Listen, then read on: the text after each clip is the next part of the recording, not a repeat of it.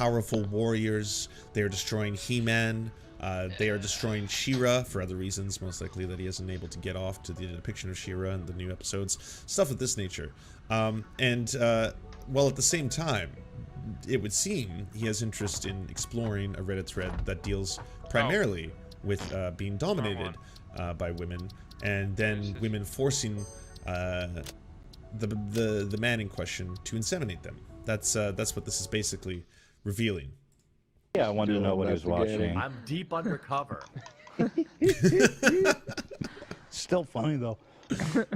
I don't want to know what kind of porn he watches. That's the last thing I want to know. Yeah. But if you go, the quartering is a Nazi. Well, you do now. There's some tweets here that I actually had never seen before that are really good.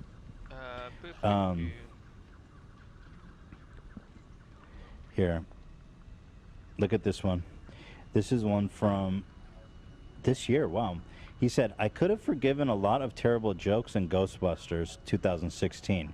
By the way, this is from this year, so he's still This opining. is like 5 years later. He's Over- still Oh my upset about God, this fucking no. movie. So once again, I could forgive a lot of terrible jokes in Ghostbusters 2016 if the female cast wasn't just so damn ugly. Wow. A lot of those jokes are likely funnier coming from an attractive woman.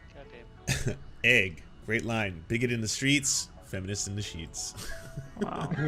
5 years on. How would you tweet that? Who gives a fuck? And 5 years afterwards, but this is so crazy. Also, he's like the most oafish, disgusting, Yeah. like incel, basement-dwelling pee in the basement. The fact that this guy would now even I try to need- categorize anybody by their looks is shocking. Wow. And then there's another one. Just wow. There was another tweet I wanted to read that was really good. Oh, here's another one, Hila. Tell me what you think about this. Literally, this is from 2019. Literally, nobody's actually offended by blackface. Calm down. I actually think everybody should do blackface for Halloween. Blackface and full Indian headdress in the same costume. Stop clutching pearls, people. Of course. I mean, you know, he's creative. Why just do one racism when you can do two simultaneously? He has two black gay dads, so he has... Oh, I always forget Yeah. about that. Yeah, he Me claims... too. He claims... Or wait, didn't we? So that's didn't he something have that three? he claimed. He has 3. He has 3 dads. He has 3 dads. 2 of the dads are black. All 3 dads are gay, and they are in a polycule together. So just that. Hey, by the way, total side note. Roger Stone, speaking of creepy. Since I don't have a biological heir, and because the freedom movement needs future warriors, I'm going to freeze some of my sperm, in case Laura Loomer decides to bear my child sometime in the future. Hashtag freedom, hashtag warriors. So happy for you both. Dads. Yeah, it's 2 black gay yeah. dads and one's male. He has one white. One's But Whose it's sexual like preferences Is are it like Heterosexual. is he making a joke by saying that, or? I think so. sort It's of a bad joke. But it was also like he was trying to win points in an argument, so he like doubled and tripled down on it, if I recall. So. It's hard to weird. think if like how committed he is to it. I mean, everybody knows he's lying about it. You know, you get that crotch rot. No, I don't. Yeah, so there's some really good stuff here on the quartering as a Nazi. Shout out. Yeah, shout out, definitely. So, not much more to the story, except, I guess, the lesson that we all learned. And it's a very important one, and one that obviously is going to be talked about for a little while. And one that you should all remember is clear your browser history. Can't even get it out of my mouth. Clear your browser history. Just clear your browser history. Or use a different browser if you're going to stream. One of the two, you know? Just give it a little reset before doing live streams. So there's that. There's that. Do you enjoy the surfs but prefer not to have to use your eyeballs? Many are saying this. Well, we've got the solution for you. It's the Surf Times in podcast form. Available on most major podcasting networks now. If you enjoy it, please consider leaving a good review and feedback because it really helps the show out, apparently, and it's free. Just like the podcast. To our gods, Xander Corvus and Peyton L. Just, we will build a ladder to heaven to deliver you the daily news. To our monarch, Tom Spiker, we are your most humble of clownish jesters.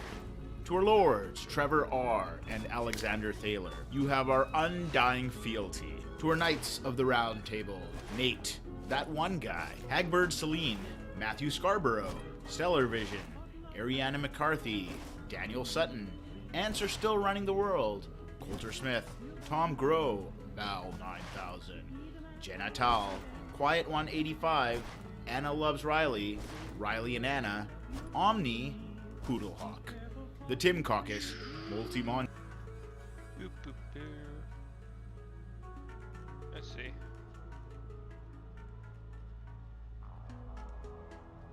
Who do I want?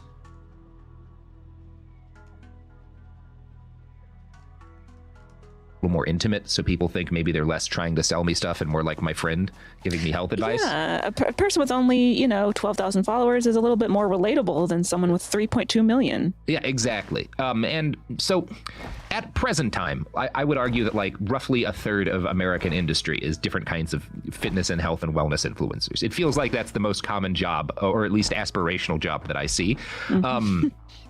But it wasn't always this way. Before the social media age, fitness influencers were a mix of celebrities who parlayed their existing fame into workout videos, and people who were primarily famous for either losing a bunch of weight or writing a best-selling exercise book. I'm talking about people like Richard Simmons, right? That's an early fitness influencer by most of our standards, right? He's a good example of kind of the former. He was famous, I believe, just because he lost a bunch of weight and then made videos teaching other people how to do it. Another early fitness influencer was a running guru named Jim Fixx, who stand-up comedians in the 90s loved to joke about because he died after a run. Now, perhaps the most toxic health influencer in the modern canon is Oprah Winfrey, who we have talked about a number of the scams that she's perpetuated, but Dr. Phil and Dr. Oz would probably be top about that. Now, if anyone currently gives Oprah a run for her money, it's probably Joe Rogan, a man who I'm certain if you asked him what he considers himself, he would not say anything that sounds like health influencer, but that's also like a huge part of what he does and what his fame and popularity comes from. Is it? I've not listened to a single second of anything he's ever. What is it? Joe Rogan Experience? Pass. Yeah, the Joe Rogan Experience. He gives a lot of advice. I mean, I don't think he even frames it as advice, but like he talks about what he does in terms of like, here's what I'm doing for COVID. I'm not going to get vaccinated, yada yada yada. Like I'm taking the ivermectin or whatever. He gives a lot of life, and he has a lot of people on his show who give like diet and lifestyle advice. So it's not just him, but he'll have like Jordan Peterson on to talk about his all meat diet. Whether or not Joe considers himself one, that is real. Rogan is a major like health influencer, like maybe even the biggest currently, because Oprah's kind of faded a bit in influence next to Joe Rogan at this moment. And obviously both Joe and Oprah are ridiculously wealthy people. There are billions to be made in looking healthy, and some people think Joe Rogan looks healthy. I can't explain that to you, Caitlin, but they do, and then promising to teach people the secrets to be like you. The best of these people create little bitty cults, so tight and consistent with their disinformation that no light or truth can escape. And today we're talking about the guy who invented that kind of thing, the guy who is the foundation for both Joe Rogan and Oprah Winfrey and a million lesser health gods, all spewing misinformation into the plague-racked ether. And this guy, this motherfucker, is a dude named Bernard McFadden. Now that's a weird name, Bernard. Yeah. I mean, not to shame all the Bernards. No, you should. He there. chose it. He chose it. He's the only Bernard there's ever fucking been. Okay. It is okay to shame someone for choosing a stupid name, because he was born Bernard, like the actual name that we are familiar with. Yes. Like the real name, Bernard Adolphus McFadden, on August 16th, 1868, in Mill Spring, Missouri. Now, Mill Spring was a tiny little shit town without much going for it, and young Bernard came into a family who also didn't have a lot going for them. His dad was an alcoholic, in an era in which you weren't legally an alcoholic until you drank yourself completely to death. Now, Papa McFadden had fought in the Union Army during the Civil War, so when I say he's an alcoholic, I have some sympathy for the man. He's probably an alcoholic because he's like lived through nightmares incomprehensible to modern men. Right. Yep. Yeah, and by the time he started his family, I think it's probably accurate to say he was basically just a broken shell of a man. The biography I found of Bernard says that his dad was happy only hunting deer and drinking himself to death and betting on horse races. The few times he was sober, he was apparently nice to his family, but he was not sober often, and he did not seem to take much pleasure in his children, including young Bernard. Mostly, he would physically abuse his wife and his children when he came home drunk as hell. It is a bad home environment. Since all of the family money went to hard liquor and gambling, the McFaddens barely survived on, during the best of times when Dad was alive. alive. When Bernard was still a little kid, his mother decided she had had enough, which is not a common thing. You do not see a lot of women who are able to do this in this period of time, like the fucking 1870s, early 1870s. And she picks up her son and her 2 young daughters, and she flees her husband and their home to stay with her family. Papa McFadden comes by a couple of times, tries to get them back, and she doesn't take him back. She doesn't agree to it because he's a ruinous drunk. And sure enough, less than a year after she leaves him, when Bernard is 4, his dad dies from alcohol abuse. Just like drinks himself to death. It was not common for women to get divorced in the late 1800s, and I don't think this was a divorce. I think she just was like, I'm not going to keep my kids around this fucking maniac. So good for her. It is a mark of what a strong woman that Bernard's mother was that she managed to do this. And she got her children free and clear from a bad situation. Unfortunately, she was not able to bring them to a good situation. This is not like she doesn't like take them into I mean, I guess maybe it's better. We'll ask that question later, Caitlin. All right. Because they were dirt poor, and she was also dying this entire time. She was basically sick from tuberculosis all of Bernard's early life, and she can't really make any money, can't really feed her family, and her relatives are not very helpful because they're all kind of barely hanging on by a thread. Bernard's biographer, Mark Adams, describes him as a mama's boy, which makes sense. Obviously, he's going to be dedicated to his mom growing up in this kind of environment. His dad certainly did not give him a lot to aspire to emulate. Bernard was also a sickly boy with poor health, much like his mother. He was smaller than many of the other local boys, and he was regularly beaten up and dunked in a river by other kids. At age 7, he's a victim of bullying. You've got to have a lot of sympathy for this kid. We hear about some rough upbringings on Behind the Bastards, but this is a tough one. You said dunked in that's freezing cold, gross water. That sucks. Yeah, because this is like, not a nice part of the world, Missouri. I wouldn't say a blasted hellscape, but a hellscape for sure. Now, at age 7, Bernard was vaccinated for smallpox. That seems like a good thing, right? Today, I mean, as a rule, big fans of the smallpox, big fans of vaccines in general. However, in the 1870s, vaccines were not quite what they are today. Wait a minute. A bad vaccine experience for the vast majority of people means like, I felt like kind of shitty for a day, right? Like you get the COVID vaccine, a lot of people are like, I felt like I kind of had a flu for like a day. Right. Vaccines were different back then. So the best way of vaccinating people against smallpox at the time, it was not like a nice clean shot. You would cut their arm open with a razor blade and you would shove a scab from someone else's smallpox lesion into the wound. And this works. This does in fact confer immunity to smallpox at the low cost of killing a significant percentage of the people vaccinated in this manner. Not as many as smallpox did. It's an improvement, but a lot of people die from this early vaccine because you're just shoving a scab into an open wound. And it gives you smallpox for several of those people, I imagine? It is supposed to give you a weakened case of smallpox that then gives you an immunity. However, none of us here are doctors, but I think we all can understand that if you shove a filthy scab into an open wound, you can get sick, like other than the way you're supposed to get sick. And in Bernard's case, he gets blood poisoning, which keeps him bedridden for 6 months. Oh no, Bernard. Yeah, it's fucking horrible. This poor kid. And he's how old at this point? Oh, he's like 6. Oh, poor kid. He is. This is probably his earliest memory. But... I mean, this is probably like his earliest memory is like spending 6 months dying in bed because a fucking maniac doctor shoves a scab into his open wound. With like a probably rusty knife. Yeah, I mean, sanitization. I mean, the doctors were arguing strenuously about whether or not washing your hands was like the devil's plaything or something. Like, it was not a great time for science. And to make it much worse, Caitlin, not long after he recovers, this happens. And I'm going to quote from the biography Mr. America, which is about Bernard McFadden. One morning, not long after Bernard had recovered, his mother took him to St. Louis, so already we're on a bad start here. They were met at the Mississippi River docks by a strange gentleman. Mary explained to her son that the man was going to take him away on a steamship. She did not mention a return trip. Long after the boy had grown up and reinvented himself as Bernard McFadden, he recalled the resulting scene as being torn, screaming and clawing and kicking in a frantic agony of fear from his mother's arms. The man managed to pull Bernard from Mary and lead him towards the wharf, but the boy broke free and ran back to his mother, tears running down his face. Mary told her 8-year-old son the cold truth. Hopeless and nearly destitute, wasting away from late-stage tuberculosis, she no longer had the energy or means to care for a growing boy. She was sending him off to the cheapest boarding school she could find. So she, and again, I can't put any blame on her. She's in an impossible situation. She's trying she wants her kid to have someone to take care of them. She's like, I am dying and I cannot provide you with food. Like, this is the best option that is available to me. And it's a shit option because this school is a horrible place. Yeah, this is a school that would qualify as a war crime. There are concentration camps that were nicer than this school. you know? Are we going to hear more about this school? Or Yeah, it was officially an orphanage. Bernard called it the starvation school. He was of the opinion as an adult that the orphans in Oliver Twist had it easy compared to him. Children were barely fed. The only calories they could reliably get came in the form of peanuts, which at the time, peanut butter hasn't been like created yet. So at the time, peanuts are basically trash and are being sold as hog feed for $1 a ton. So that's what the kids get, and not much of that. So after several months of slowly starving to death, Bernard's mother came for him. She'd managed to get in contact. It's hard to get in contact with family, right? You may know, like, well, I've got relatives in this state, but like you haven't seen them in years. It takes 6 months to fucking get anywhere. Right. So she manages with like the last strength in her body to find some relatives who are willing to take Bernard's sisters, who she keeps with her. And then she comes back for him because she's figured out a better solution for him.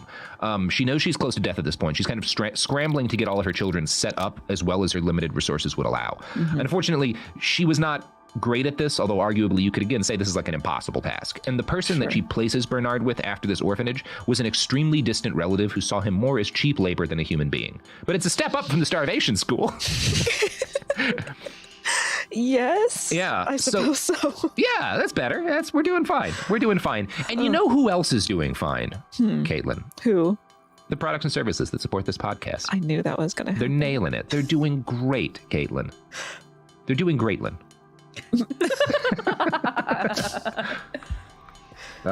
Anyway, here's ads.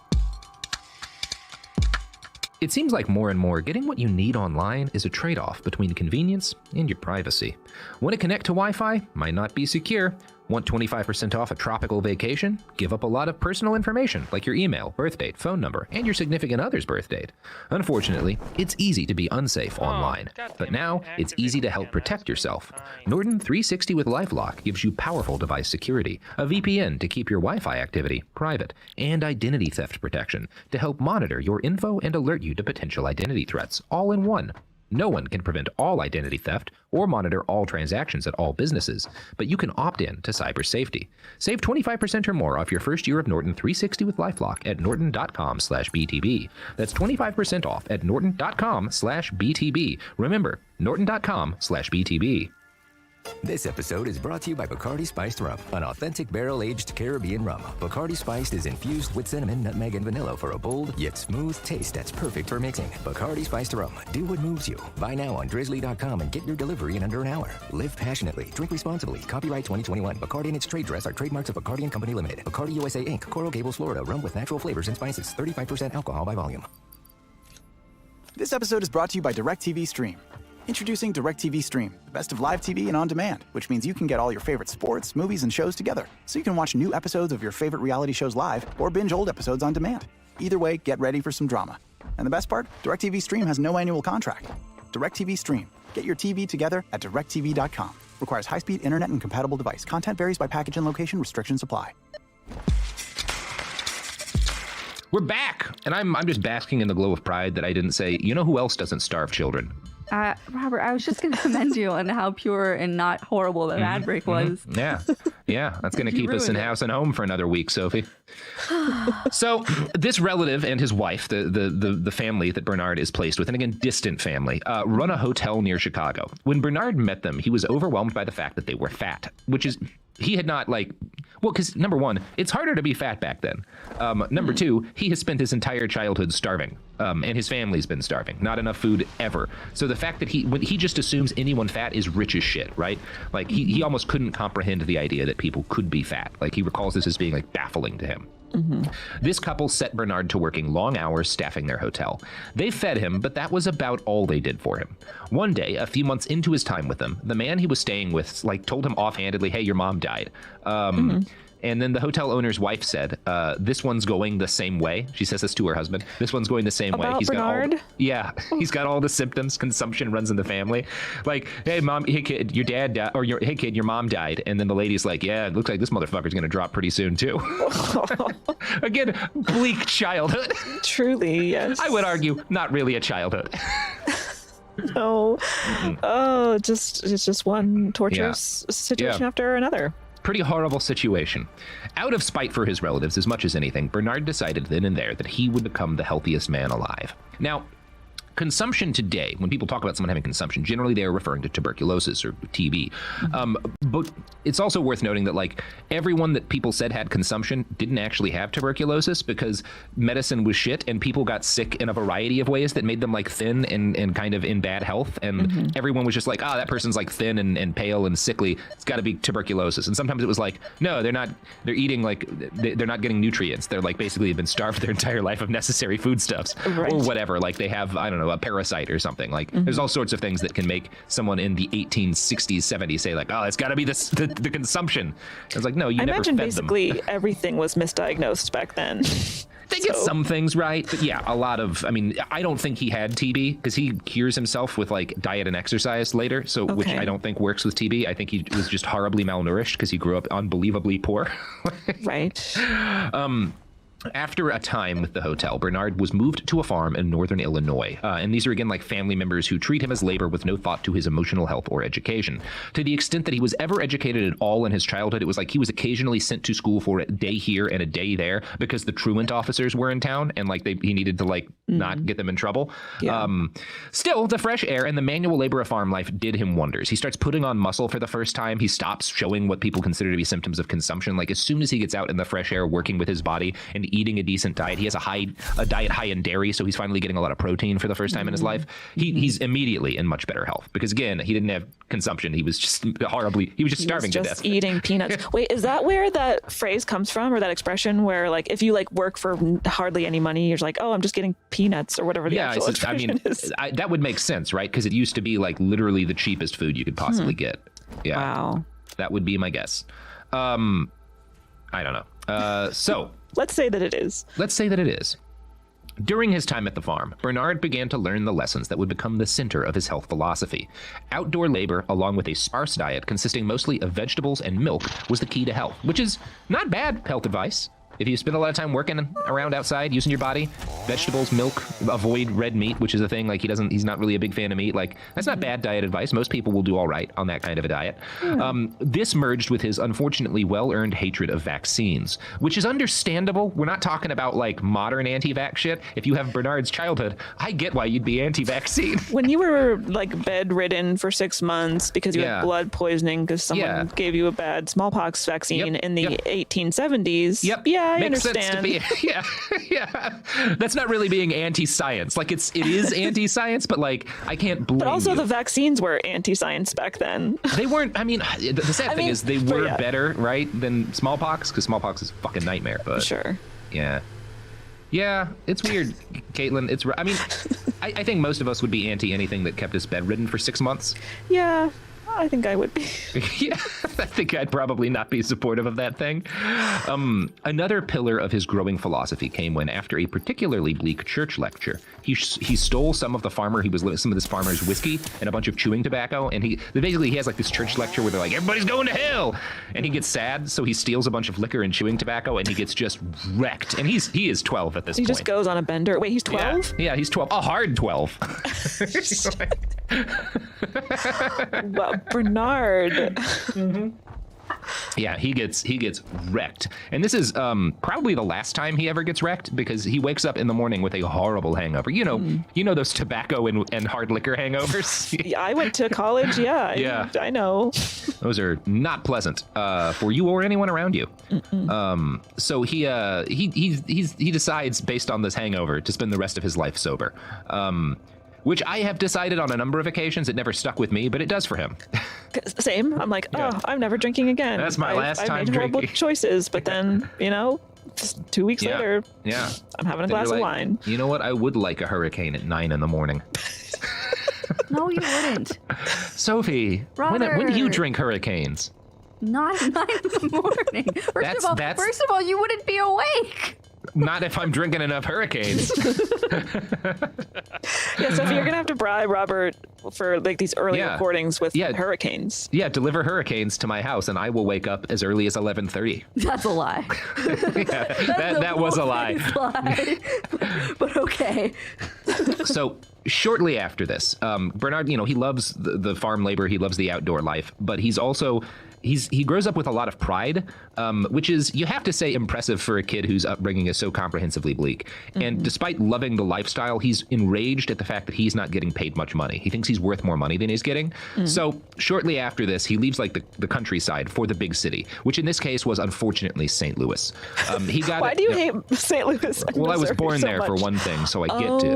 Okay, fair, fine. So he gets a job with yet another uncle, and this one runs a dry goods store. Bernard earned $12 a month to help keep the books and manage the store. He was promoted after a year, and he made pretty good money for a teenage boy at the time, but the work kept him indoors and huddled over a desk at all times. So he's just experienced what he considers to be the joys of being physically fit, of laboring with his body, and then he gets stuck inside a dank office all day, every day, and he goes kind of stir crazy, and his health issues return, right? Because he thinks it's his consumption coming back. The reality is that, like, yeah, you shouldn't sit inside a desk all day and not go outside. It's bad for you. Yeah. Sure. It's not good for anybody. And also, you are 13. You should not be working a desk job for 60 hours a week. Oh, gosh. Yeah. Yeah, it's not good for you. So yeah, his health issues return, and he's desperate. He winds up stumbling through the city one day until he happens upon a gym. Now, at the time, gyms are a pretty new concept, right? This is like, I'm not surprised all they exist at all. Yeah, they did. They actually started earlier than you might think. The Young Men's Christian Association, or the YMCA, had been founded in England a couple of decades earlier in 1844, and it had been founded to push back against the unhealthy conditions caused by the switch from pastoral farming lives to industrial work and desk work by men in dense cities. So the actual origin of gym culture comes out of the same stuff that Bernard is experiencing, moving from farming, which is, I don't know, there's a lot of things that can be unhealthy about some of like the different motions of farming, but as a general rule, moving around outside, using your body, the fresh air, pretty good. People who grow up farming tend to be healthier than people who grow up in dank industrial cesspits, like every city in the mid 1800s. Right. And that's where the YMCA comes out of, is people recognizing, not knowing much about health yet, but people recognizing like, this seems bad for us. Seems like this is killing everybody, huh? They're connecting the dots. And all the 12-year-olds have lung cancer. We might need to do something about this. So good the for those Y, young Christian men. Wow. Yeah, good for those young Christian men.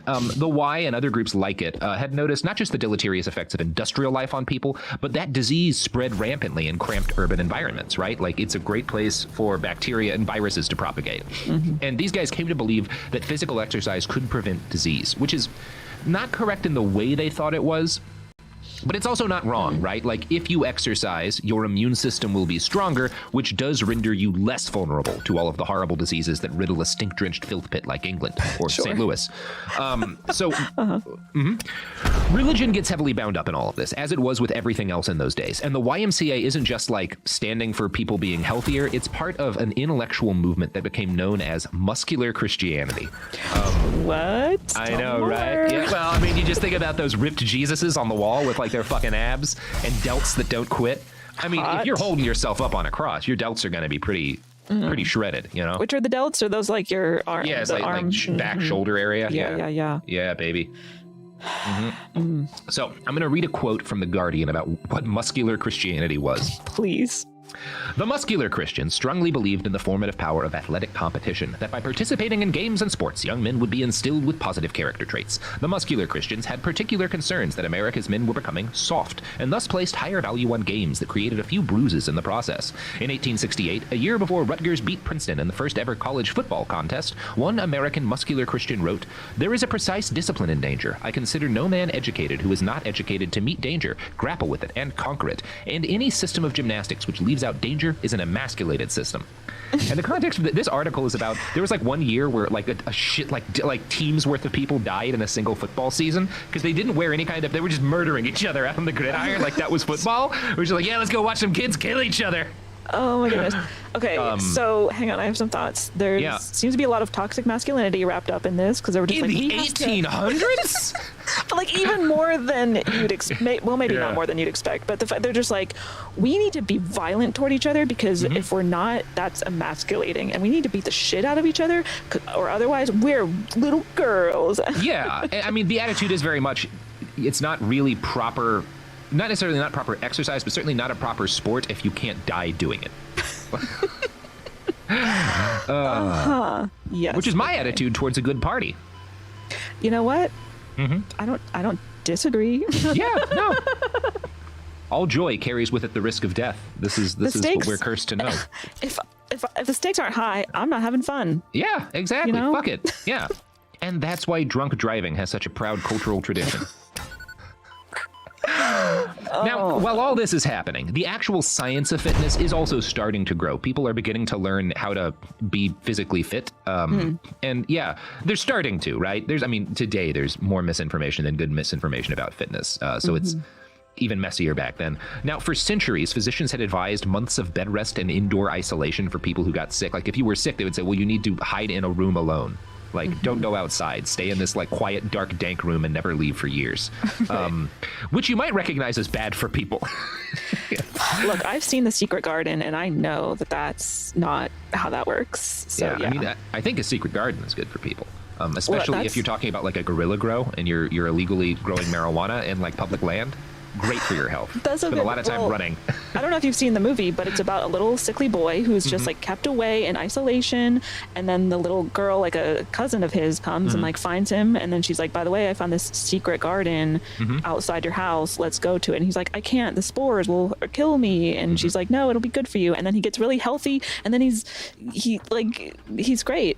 Because he goes outside and enjoys the garden. It's good to go outside because we're supposed to be outside a lot of the time. Otherwise, we die. So yeah, in the last 20 or so years of the 19th century, doctors slowly start to, and not evenly, start to realize that like, oh, it's good to move your body. People are less likely to die when they regularly move their bodies. This actually makes a lot of health problems better, like having people go out and bicycle, like stops them from getting horribly sick sometimes.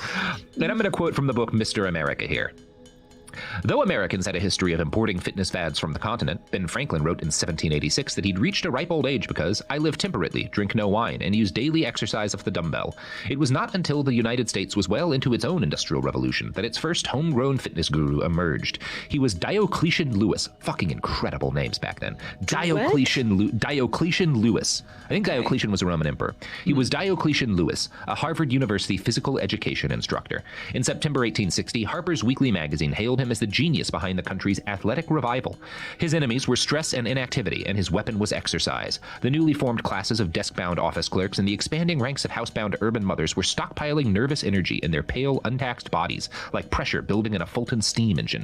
In 1869, the physician George Beard gave this malaise the name neurasthenia. It was also commonly known as exhaustion. Americans were warned to beware its symptoms: insomnia, anxiety, headaches. And that's, again, they don't understand the reason behind it, but that's good, basically accurate. That like, yeah, if you spend all day stuck inside not moving your body, you feel like shit. It is bad for you. Right. It's good to get outside and move around. So that's kind of how that all begins, as a broad cultural understanding. And after Diocletian Lewis came another Harvard man, Dudley Allen Sargent, who coined the term preventative medicine. He's like the first guy to be like, what if we stopped people from getting sick? Wouldn't that be based? And he devised the first pulley weight machines in exercise history. So like the origins of all the like not like free weights, but the different machines at your gym these days, or sure. whatever. Like he's the guy who figures out like the first of those. And Sargent is generally recognized as the father of physical education, which in some ways makes him the worst bastard we've ever discussed on this show, because he is the origin of PE as a concept. Did you not have a good time in gym class, Robert? Did anyone? Was that a good time for anybody? I had a great time. I loved getting changed in front of other people in the middle of the school day. That was the best part. I somehow scammed my way into being the assistant who counts the laps on lap day in the 7th grade. So I didn't have a lot of friends, but I didn't have to run lap day. I had a friend who died in PE. Oh, PE is bad. Yeah. He had like a heart problem. He'd been like, he had been exempt from PE for years, and then for whatever reason they decided that he was better and he had to do PE, and then he dropped dead during a run. That's horrible. It was pretty fucked up. So, whatever. Gym class. Sad. So, at any rate, by the last 20 or so years of the 1800s, you have a few different distinct strands of physical culture coming together. You see, these are all like different, but they're all kind of interrelated. You've got these muscular Christians talking about like the idea that sport and fitness improves moral character, right? That like God wants you to take care of your body because it's his body, and like this is part of like being a good Christian. You have the more humanistic, secular values of Diocletian Lewis, who sees activity as an antidote to sedentary industrial life. And then you've got Sargent, who's whose values are kind of the father of PE, whose values are starting to verge on eugenics, right? The basic idea is like, okay, look at technology, colonialism, and history. It's obvious that people are improving, right? That's how these people think, white people in this period, like, oh, people are obviously better than we were before because we used to be savages. Like the people who I still consider to be savages, who's everyone who isn't white and lives in a city. And so his idea is that, like, if you can improve people through exercise, if it makes people better, then if you can force societies to exercise at scale, you can improve the human race, right? Which is, and again, exercise is good. I would argue this is not a healthy way to think of exercise. No, especially because like that has evolved into like a lot of like modern day ableism, which is like a huge problem with the like wellness movement that exists now. And I mean, it is a problem. And it's one of those things, like when I talk about it is good to move around, it is good to exercise. There are people who don't have that option. And that requires them to do additional things in order to stay healthy, because like your body needs a certain amount of exertion in order to do its best, and it's difficult. But you're starting to see, I mean, obviously these people being who they are, there's a lot of moral value attached to being able to exercise in the way that they think is best. Right. And there's a lot of problematic shit, as there is still today, as you just noted. Right. But you know what's not problematic, Caitlin? The goods and services. The products insert. The goods are incredibly problematic. Oh my God! Do not check out the fucked up. I'm so sorry. Fucked up. The products. Yeah, the products are fine. Products are golden. Unless it's you know, one of the not good ones that we didn't approve. But Slippy. Yeah. That we hate. Yeah, like if it's Chevron. Or Black Rifle Coffee. But if you get an XE ad, I do recommend hiring XE for all of your mercenary needs. Look, they're monsters, but if you need a bunch of men who won't ask questions to kill people for you, you've got to go with XE. This has been a paid advertisement for what used to be Blackwater. Here's the rest of the ads. What's better than going on an adventure of a lifetime? Giving an adventure of a lifetime with a Delta gift card. It never expires and can be used towards the NFL, its clubs angle with on the meat for everybody. So the idea of fitness and and again, this is like, I don't know if there was no coined eugenics thinking at this time. Eugenics isn't really like a popular thing yet in 1879, but the precursors of it, like people are starting to have the ideas that will feed into the eugenics movement that dominates the early part of the 20th century. And this kind of like fitness as proto-eugenics, one of the people who takes it on is a guy named William Blakey. Now in 1879, Blakey writes a book titled How to Get Strong and How to Stay So, which is not a bad title for an exercise book. Okay, yeah. Blakey was an endurance athlete with a Darwinian attitude towards fitness. His book included much of the same sort of exercise advice that Sargent gave, mixed with appeals to patriotism. So you can see where like the eugenics nature of this is like, we need to make a nation strong, you know, unsettling stuff. Early on, he makes sure to compare American youth to British youth, who he claims are in much better shape, capable of running miles without breaking a sweat. Quote, let him who thinks that the average American boy would have fared as well as these British kids go down to the public bathhouse and look carefully at 100 or so of them as they tumble about in the water. He will see more big heads and slim necks, more poor legs and skinny arms and lanky half-built bodies than he would ever have imagined the whole neighborhood could produce. So he's like, go look at a bunch of naked kids and tell me how weird they are. Very creepy. Yeah, that's not great. That's not great. So this has been a long digression, but I think the background's necessary. So when we left off our man Bernard, right, he's feeling like shit. He's working indoors all day, and he starts like walking about, like looking for a way to deal with his health problems. And he comes across a gymnasium. This is in 1883. He is 15 years old, and he sees his first gym, and he sees a bunch of dudes working out. And again, health is shit in the 1880s, right? Most people are dying from the time they're like 4. This is his first time seeing healthy people. Like he sees people who have like muscle, and but not just because they're at a gym, but because it's expensive to go to the gym. They're wealthy, so they're able to feed themselves well, and they're of the fairly small number of people at that point who are working out regularly. So he sees these people, even the least of them looks like an Adonis to him, and he's just immediately like, this is what I want to do with my life. I need to have this in my life. But the entry fee to get started at the gym is $15, which is more than he makes in a month, so he cannot afford to join the gym.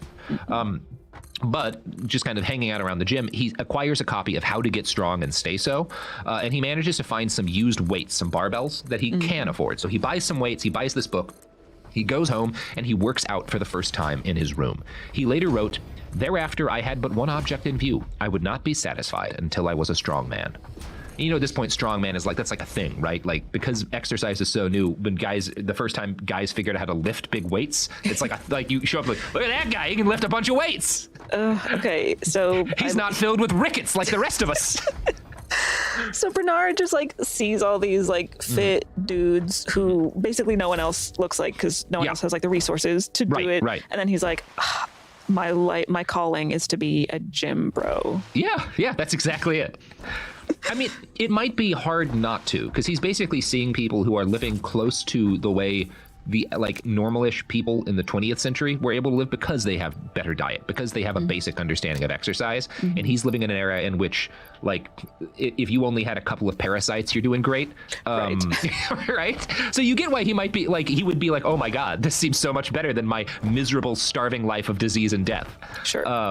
I have a lot of sympathy for him wanting to be a gym bro, I guess is what I'm saying. Yes. It's not like, I know vanity is wrapped up in this, because he becomes a very vain man, but it's not just vanity. It's just like, oh my God, I don't have to be sick all my life. Sure. That is a motivation that is understandable. Yeah. So Bernard exercises with these dumbbells, and he comes up with other solutions. He finds a 10-pound lead bar, and he wraps it in newspaper, and he just stuffs it into his shirt every day and goes walking for miles. When he comes home at night, he'll just like set the bar down next to everyone else's coat. His family starts to think that he's mentally ill, because like nobody, like, exercise is not commonly talked about. So like, what the fuck is wrong with this kid? Why is he carrying a bar around in his shirt? Also, it's lead. Can you get lead poisoning that way? I don't know. I mean, it's not. This is probably not great for him, but also probably not the worst poisoning he's getting. He did have blood poisoning earlier. He's had a lot of poisoning at this point. Everybody was poisoned with a couple of things in those days. Right. If you could have given somebody an asbestos milkshake, it would have made them healthier. Not a great time.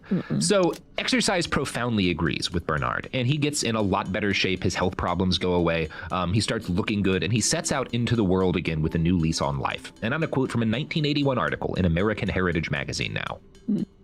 He became a hobo of sorts, riding the rails, descending on more of his numerous relations, and working as a water boy for a construction gang, as a dentist's assistant, a wood chopper, and, in the tradition of Franklin and Twain, a printer's devil. That's like the assistant of a printer. I don't know why they called it a devil. Okay. Toward the end of the period, while toiling in a coal mine, Bernard had one of those moments of revelation that dot his recollections. He suddenly saw that his mission in life was to preach the gospel of health. He got busy, returning to St. Louis. He saved enough money to join a real gymnasium, got acquainted with books like William Blakey's How to Get Strong, and eventually rented a studio and hung out a sign that said, Bernard McFadden, kinestherapist, teacher of higher physical culture. As to his change of name, he later explained, the picturesque appealed to me. I wanted something out of the ordinary. As to the origin of the word kinestherapist, he admitted to having no idea. So he makes up both a name, Bernard, which I've heard one allegation, it sounded like a lion's roar to him, so he thinks it sounds stronger than Bernard. Bernard! It's very funny. And kinestherapy is like, I don't know where that came from. Like, I just felt like that like, I just wanted to make up you could just do that, right? Like, there's no, That sounds like, it doesn't sound unlike kinesiology. It's not. Right? It makes sense, because like kines, I think, is just basically movement like movement therapist. That is like what a personal trainer at its best should be. Right. So it's not like he's not like snake oily at this point. Like he's actually selling something real. Now nobody has a great understanding of like what's actually good for you and what's actually bad for what exercises may do more harm than good. But that's not his fault. That's just like we're just now figuring this stuff out. But his basic premises at this point are like, I'm going to help people move their bodies and lift heavier things until they get stronger, which is a broadly positive thing to do. All right, I'm going to need to pause that real quick.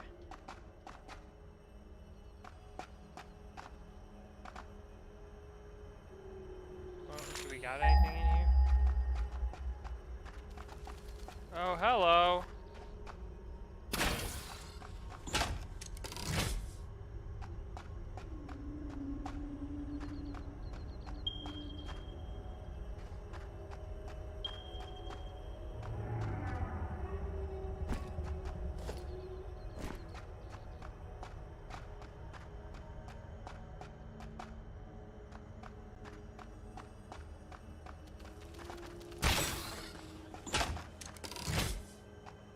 Definitely was worth bringing the gun.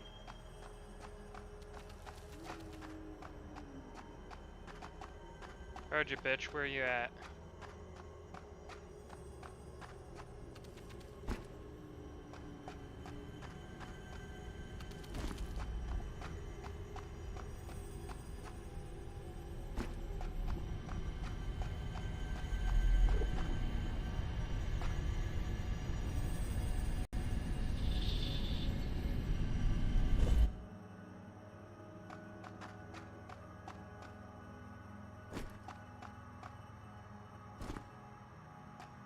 Doubt it.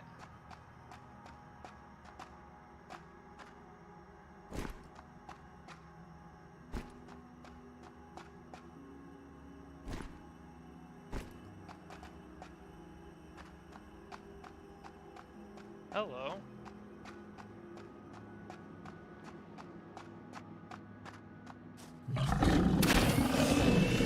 Ah! Shit! You have more health!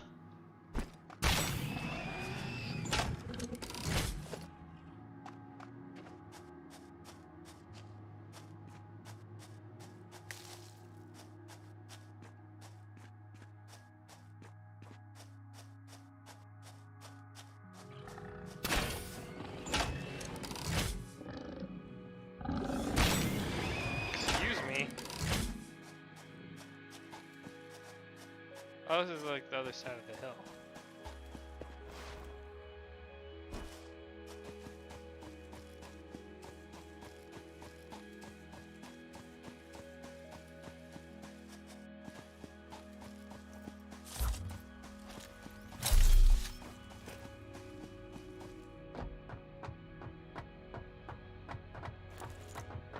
Fun. That went pretty well.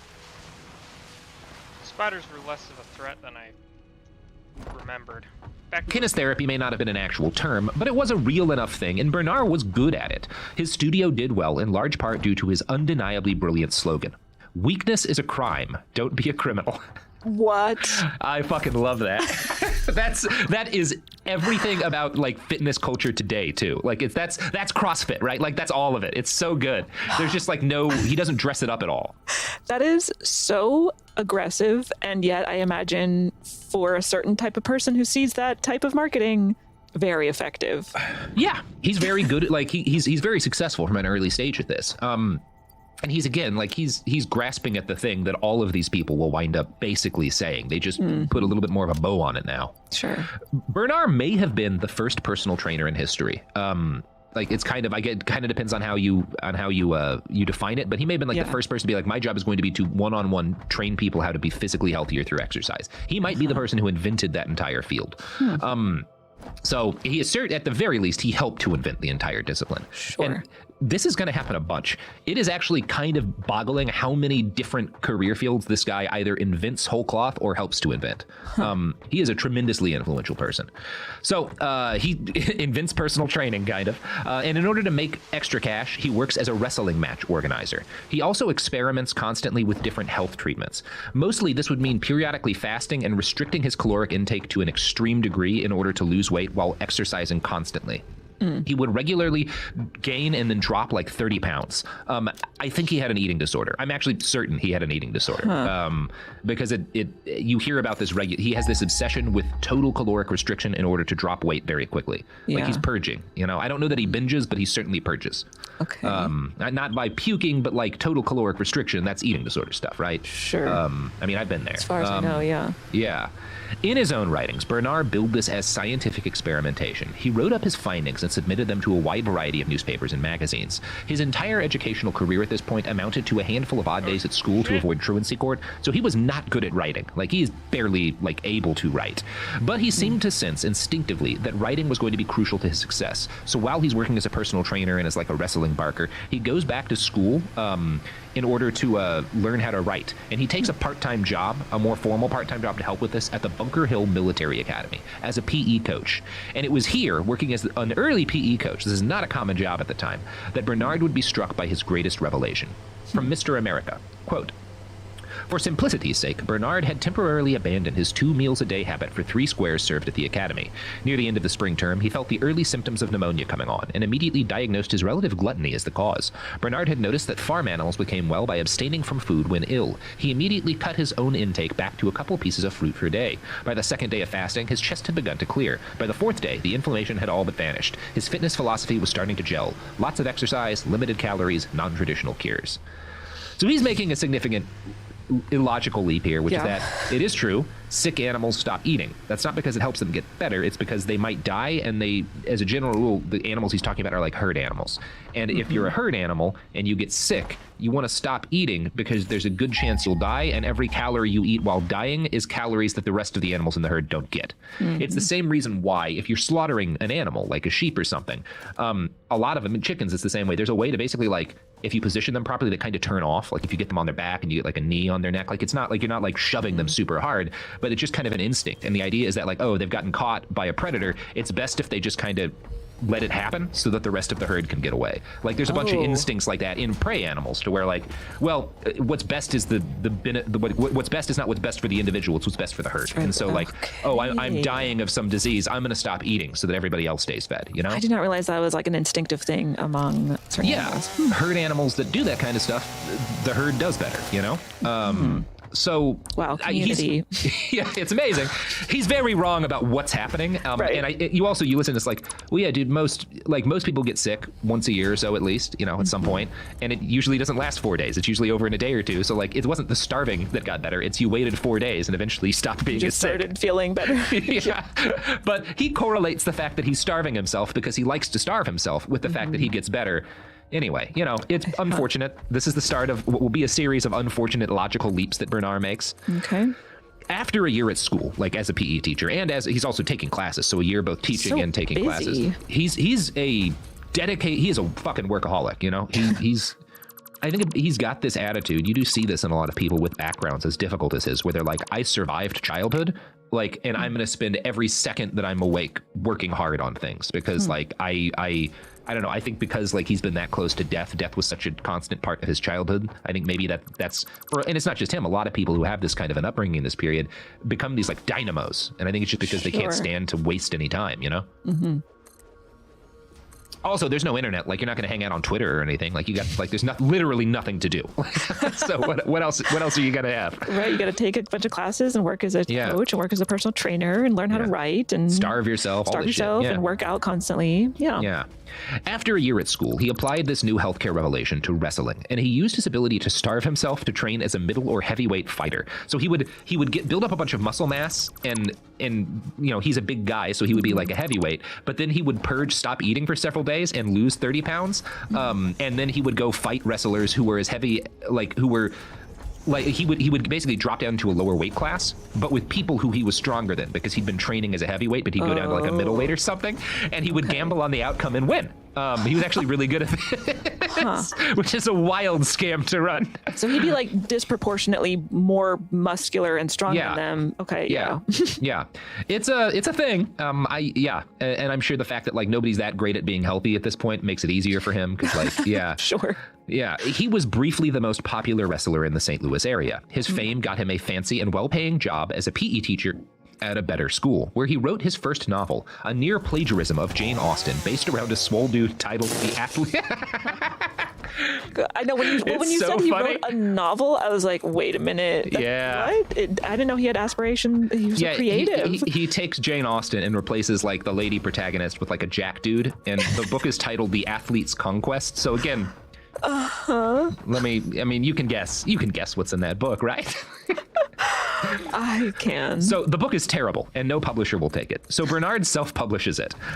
He's popular enough as a teacher that all of the kids at his school buy it, and it does okay. In 1893, at age 25, Bernard moves to New York City. He's only 25 at this point? Yeah. Oh my gosh. Yeah, he's doing a lot. Too much, some would say. Too much.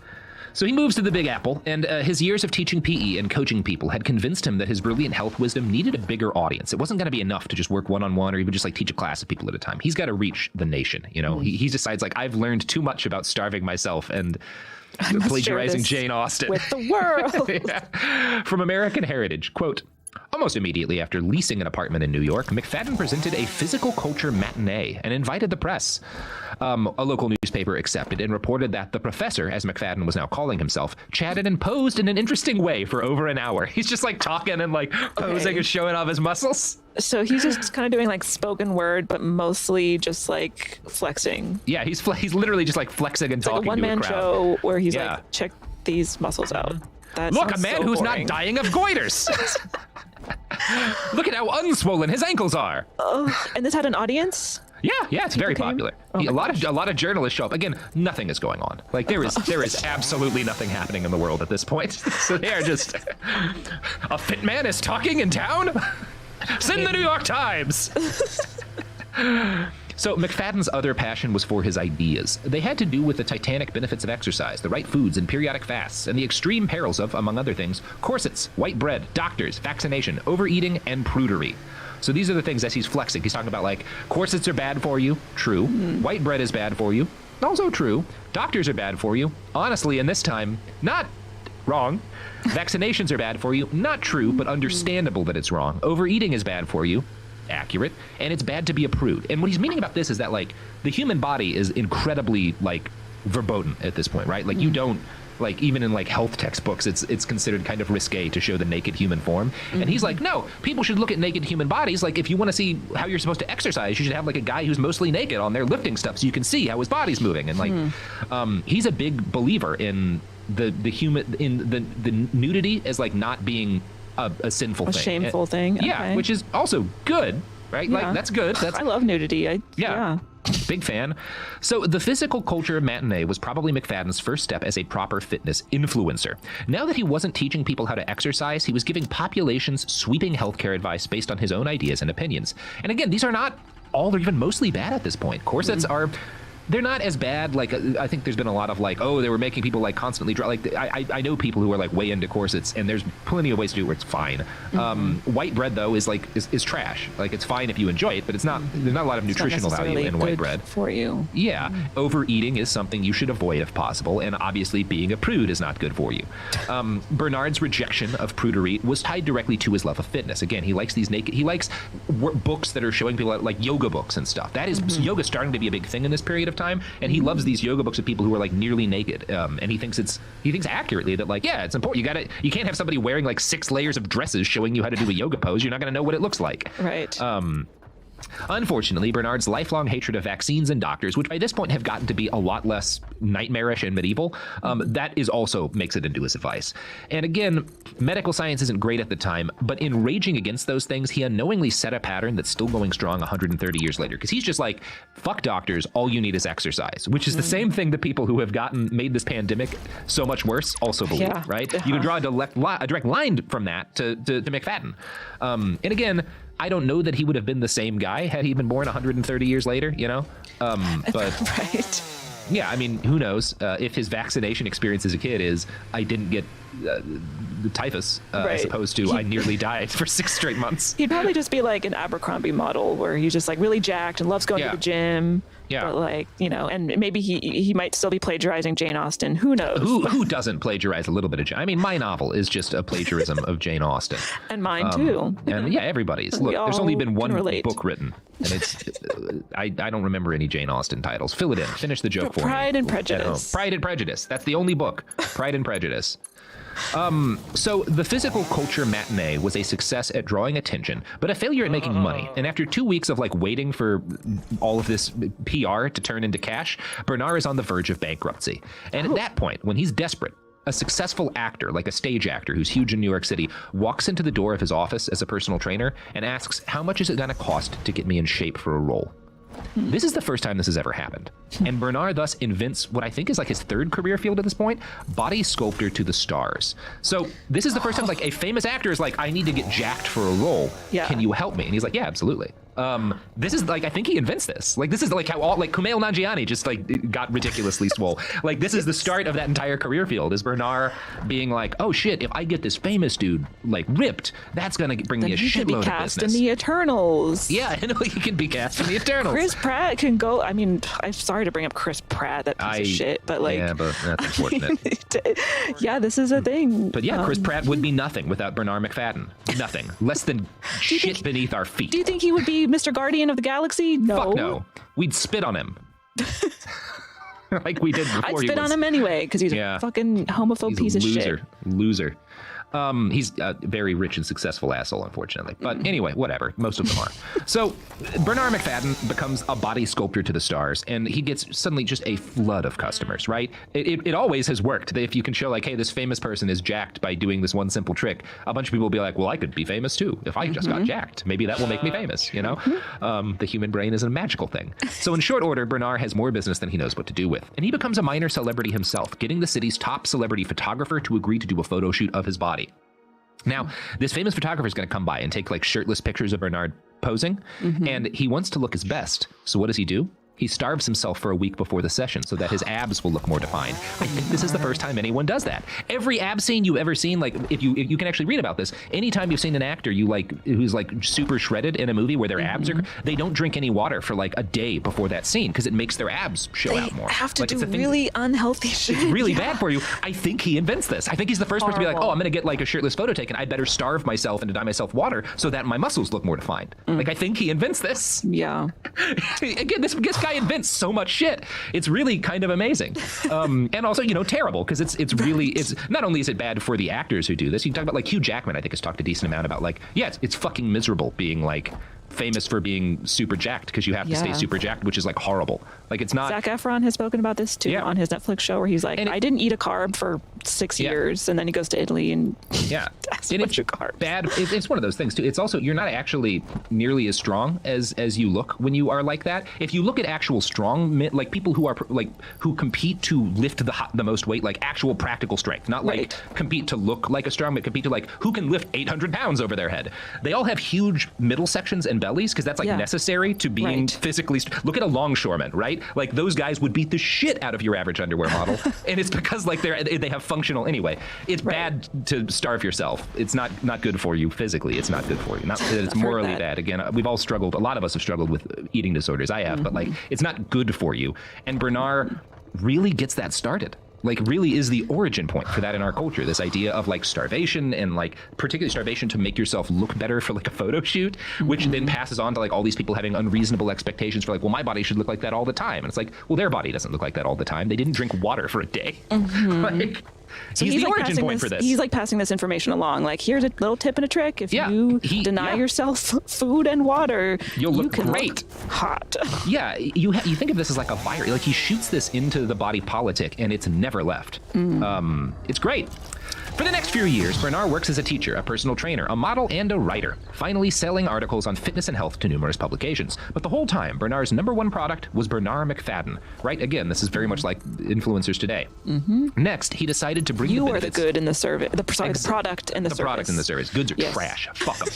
Next, he decides to bring the benefits of his teaching to people in their homes by creating an exercise machine anyone could use. So he's the first fitness influencer to make an exercise machine and sell it through the infomercials of the day. Dude.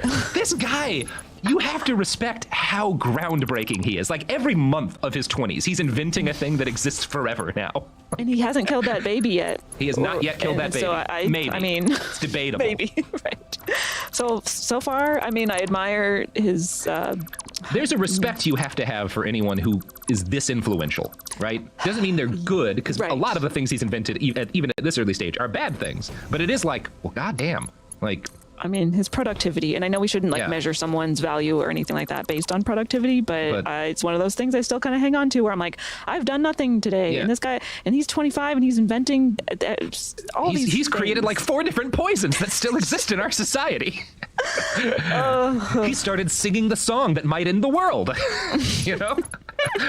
So he invents this exercise machine, and he describes it as, quote, a combination of rubber cords running over pulleys. And it was such a failure in the U.S. that the company making it goes bankrupt. But Bernard doesn't take this lying down. Instead, he takes the machines that have been built and he travels to England. And he holds a series of stage shows where he shows up on stage in a loincloth, lit from below on a background of black velvet, and he poses with his machine, lecturing on its benefits while showing off his shredded abs and biceps. He is hosting the first infomercials, which he does in England. Wow. Yeah, because he's like trying to advertise it, I think, to the paper in the U.S. It doesn't really work. Next, from the book Mr. America, Perhaps inspired by the life-changing pamphlet of dumbbell exercises he'd received on his first visit to the Missouri Gymnasium, he published a 4-page brochure describing how to use the McFadden exerciser. When British audiences devoured this fitness wisdom, the frustrated writer began adding his rejected health articles to the publication's contents. What started as an instruction manual was soon transformed into a miniature physical culture periodical. Inside was an address to which interested parties could send money to receive future editions. Orders flooded in. McFadden quickly arranged to publish the pamphlets regularly out of London as McFadden's Magazine. So he starts the first fitness magazine. This is really the first one that exists. And this leads, McFadden's magazine in England, leads quickly in 1898, like he returns home. And in 1898, while he's back in the US, Bernard McFadden creates a new magazine. And this is going to be his first dedicated full-time publication. And it is the first dedicated health magazine in history. He calls it Physical Culture. His wife would later say that most of his articles and the dozens of books he started writing from this point forward were the result of him encountering a physical malady, getting through it, and deciding that he had arrived at a medical breakthrough. Since his default treatment for almost everything was to starve himself or to exercise, most of his recommendations were based around starving yourself or exercising. He quickly developed a fan base. From the Wall Street Journal, quote, he attracted a following of serious people that included, among others, Upton Sinclair, the guy who wrote The Jungle, who contributed articles to Physical Culture. Proto-feminists such as Charlotte Perkins and Margaret Sanger also wrote for McFadden. From the beginning, Physical Culture was rooted firmly in the imperialist dogma and white supremacy at the time, but not in a Nazi way, in the noble savage cultural appropriation way, right? Okay. I'm just they're different, so I'm making that clear. From an article by Catherine Kaiser of James Madison University, quote, Physical Culture played into an ideal of frontier masculinity that may explain its strong circulation numbers in the West. The magazine contains some expressly regional content. In an early issue, a reader inquires about a physical culture settlement in New Mexico.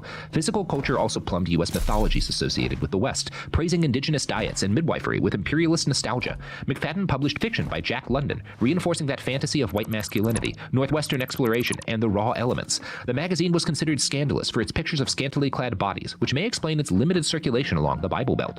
Physical Culture's versions of muscular manhood and fearless femininity promulgated frank sexuality and clean eating, still hallmarks of California culture. So he kind of invents California in a lot of ways. He really does. That's this whole mix of often ahistorical idolization of indigenous diets based on stuff white people wrote as opposed to actual history, mixed with the benefits of exercise and fasting. He invents California, certainly Southern California. Scantily clad sexy people. And scantily clad sexy people, yes. He's just created Southern California. From the beginning, Physical Culture, the magazine, was influential for more than just its health advice. It was also one of the first mainstream publications where Americans could see scantily clad or even naked human bodies. At the time, Anthony Comstock was a U.S. postal inspector and the secretary of the New York Society for the Suppression of Vice. His job was basically to make sure that stuffy Victorians in the Big Apple encountered nothing that might harm their sensibilities. When someone pointed out that there was a hugely popular magazine with photographs and drawings of topless women in it, he lost his fucking mind. From HistoryNet, quote, in 1905, he rented Madison Square Garden for a monster Physical Culture exhibition, advertised with posters of muscular men and women, minimally dressed. Anthony Comstock, head of the Society for the Suppression of Vice, seized the posters and arrested McFadden for obscenity. The court convicted him without penalty. The hoopla drew 20,000 customers. So again, being censored is great for his business. Ooh. Police again arrested McFadden in 1907 when a New Jersey postmaster charged that a Physical Culture article about venereal disease was obscene. The jury convicted McFadden. The judge sentenced him to 2 years in prison. He filed an appeal, meanwhile traveling the country denouncing prudes and censors, but the appeals court upheld his conviction. Facing prison, McFadden urged fans to write to President William Howard Taft. Deluged with letters, Taft, America's fattest president, pardoned the muscle-bound media king. And it's, again, this mix of things that are bad and things that are good that he's doing. The obscene venereal disease articles that he gets censored for is him, talking very frankly about this is what gonorrhea looks like and what it does and how it spread. This is what syphilis looks like and what it does and how it spread.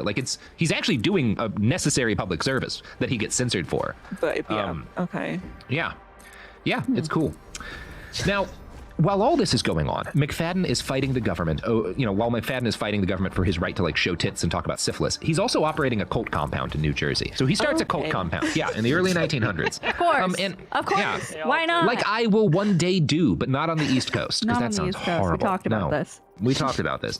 And as cult compounds go, his was pretty milquetoast. No one died, or as far as I can tell, got raped or anything. It's kind of a cult, but it's not really. Light? Yeah, it's definitely a diet version. Cult. I don't think he commits any. Cult? Oh God.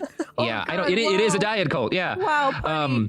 But I have to say, it goes down in history as having the dumbest name in cult compound history. Are you fucking ready for this, Caitlin? So excited. No. Physical Culture City. What? That is so stupid. He calls it Physical Culture City. It's not even truly horrible. It's not even clever. It's very funny. It's like if I called my cult compound Behind the Bastards Town. Like, it's just kind of lame. Like, come on, Bernard. Not what you're going to call it Musopolis. Like, Jesus Christ. To understand his efforts here, we should go back and talk about the cult compound that inspired Bernard's cult compound. The much better named Zion City. That's a fucking compound name. That's what you call your cult compound, right? Zion City, solid cult compound name. Zion City had been founded at the turn of the century by a guy named John Alexander Dowie. Dowie, whatever, was a preacher who brought 5,000 followers out of Chicago and created a small city where people could live a godly life.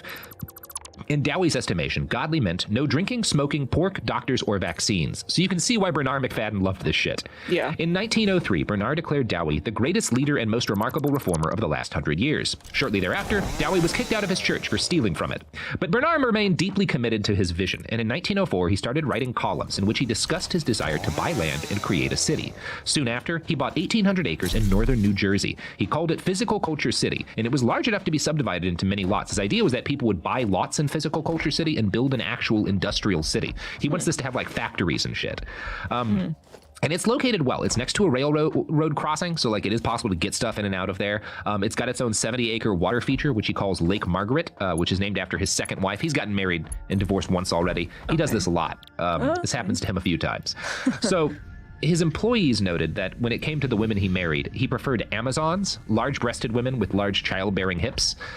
When he married Marguerite, he immediately started having her write articles about raising children to a new magazine that he started for her articles called Beauty and Health. Now, neither of them had kids at this point. Yeah, but they're writing articles about how to raise them. Immediately after their wedding, and again, this is his second marriage, Bernard writes a book, which is his 10th book in the last 5 years. He's just writing books all the goddamn time now. And it sounds like he's pivoted from plagiarizing Jane Austen to mostly just like fitness and self-help. Yeah. And the book he writes is Marriage, a Lifelong Honeymoon. And in it, again, he's failed at his first marriage, and he just started his second, but he's like, I got this shit figured out now. I know exactly what I'm talking about, he thinks. And his conclusion is that all divorces are caused by people not exercising enough. It's very funny. Oh, wow. He is funny. He's quite a guy. In 1905, Bernard and Marguerite had a baby, a daughter, and immediately moved to a house that they built in Physical Culture City. The city's opening was announced in Bernard's magazine to great fanfare. He bragged it would be, quote, a community with no sickly prudes, no saloons, drugstores, tobacco shops, or places in which one may purchase things that make for the moral undoing of man or woman. Speaking of moral undoings, Bernard almost immediately fell in love with his secretary, Susie, and he set a house up with her in the house he lived with his wife. And yeah. Wait, he set up a house in the same house? Yeah, he moved her into the house with his wife. Yeah. Okay. So his wife leaves. Incredible. She goes to Canada. He never sees her again. She takes their daughter with him, and he never sees his daughter again either, I don't think. He's fine with this because he's got Susie now. Susie's mom moves in to help keep up the house, to keep it clean, and Susie gets pregnant with Bernard's second child in 1906. Physical Culture City operated, again, another innovation, as an internship scam. He advertised degrees in physical culture to people who would come and cut down trees and plant crops for free. He would like build streets and stuff.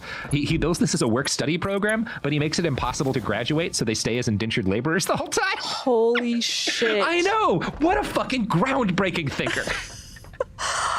I can't believe I did not expect for that to take that turn. He's amazing. Most people who resided in Physical Culture City were interns. The rest were a handful of wealthy cranks who wanted to spend all their time nude or experiment with weird diets. There were a lot of raw food fanatics who live in Physical Culture City. The whole project fell apart, of course. It never eclipsed 200 people in population. Bernard's arrest for transporting obscene material through the mail actually happened because the postmaster that he'd bribed to handle the city's mail got angry when Bernard then tried to cut him out of the business, and his postmaster reports him to the feds.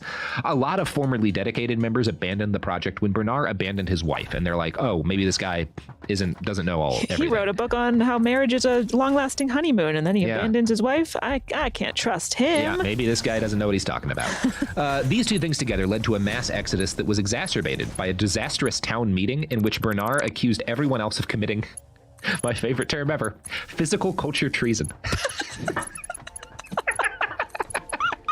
What a perfect maniac. Physical culture Richard Treason. Oh, that's good. He's very funny. By 1907, he and his operation were back in New York City. By 1910, he'd written another 8 books, and he'd opened a chain of health food restaurants that sold healthy meals for 1 cent. And these do seem to have been pretty good. Wait, 8 books in 3 years? Sorry, I'm just doing math, and that's I don't wild. think they're not good books, Caitlin. He's like Stephen King, but with health shit. Right, okay. Yeah. What if a car made you fit? I don't know, whatever. So he also founded a chain of healthatoriums, most of which operated similarly to the health club at Battle Creek, operated by Dr. Harvey Kellogg. Bernard personally created treatment plans for each of the patrons who showed up at his healthatorium for extended stays. Most of his treatments involved fasting or starvation. And that's where we're going to end for part 1, Caitlin. We have a good bit more of Bernard's tale to tell, but that's going to have to wait until Thursday. Until then, do you have any pluggables to plug? Oh, goodness, I do. And they are this. You can follow me on Instagram and Twitter at Caitlin Durante, and you can check out the podcast that I co-host with Jamie Loftus called The Bechtel Cast, in which we examine movies through an intersectional feminist lens. And, of course, you can find Caitlin at Physical Culture City. Born and raised. Born and raised. Oh, boy. Here we go.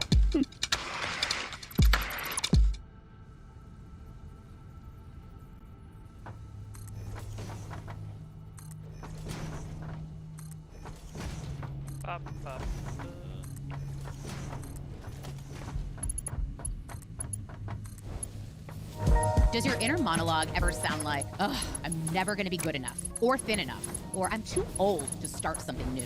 I'm Jess Wiener, cultural expert and the host of Dominant Stories. Those are all lies designed by culture and negative forces to keep you small. Listen to Dominant Stories with me, Jess Wiener, on the iHeartRadio app, Apple Podcasts, or wherever you listen to podcasts. Hey, my name is Kobe Bryant. I love to play basketball. Check out the new podcast, I Am Kobe, the story of Kobe Bryant's early life, with never-before-heard intimate tapes of Kobe himself from his teenage years. His thoughts, his dreams, his goals, all revealed for the first time. Listen to I Am Kobe on the iHeartRadio app, Apple Podcasts, and wherever you get your podcasts. Listen to his voice, November 16th. Hola, ¿qué tal? It's Chiquis here with a brand new podcast. That's right, it's called Chiquis and Chill. Oh shit. Ah! No.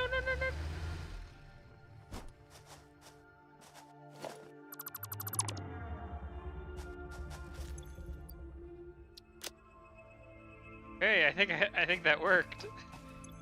Lamau.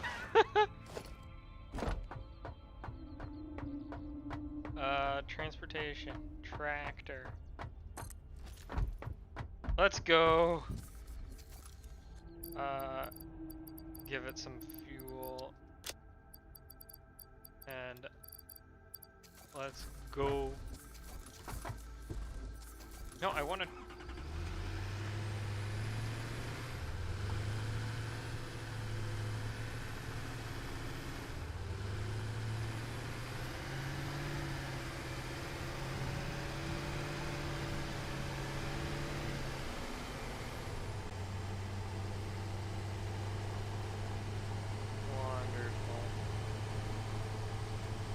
Figure out how I'm gonna supply more power.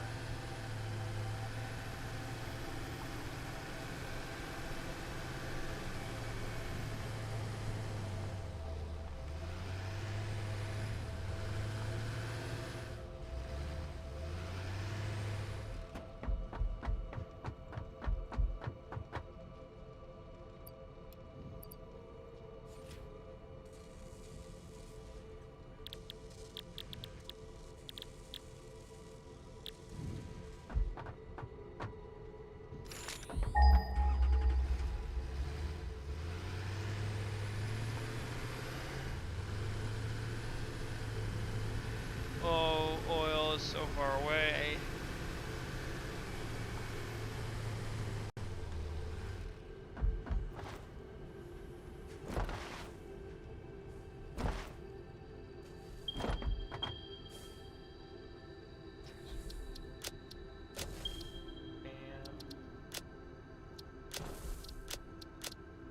There you are.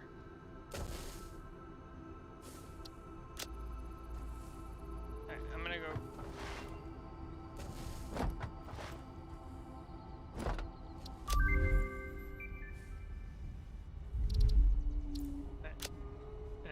quick wire.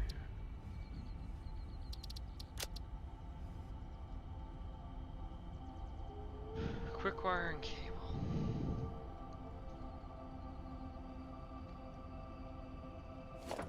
Let me just quickly add another man to my man.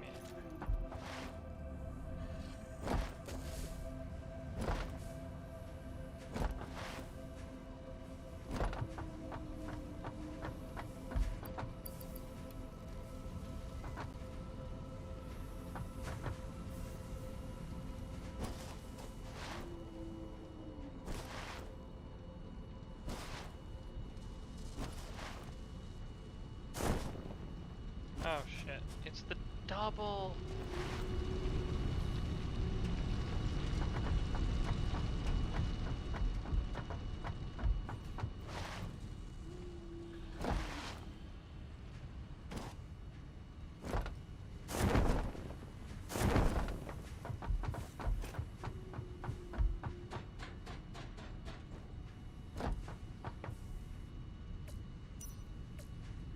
Oh wait, that's the moon.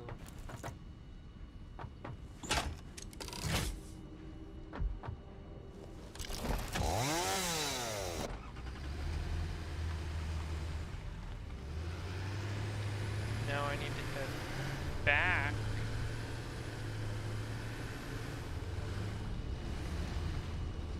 No, I need to get a lot of...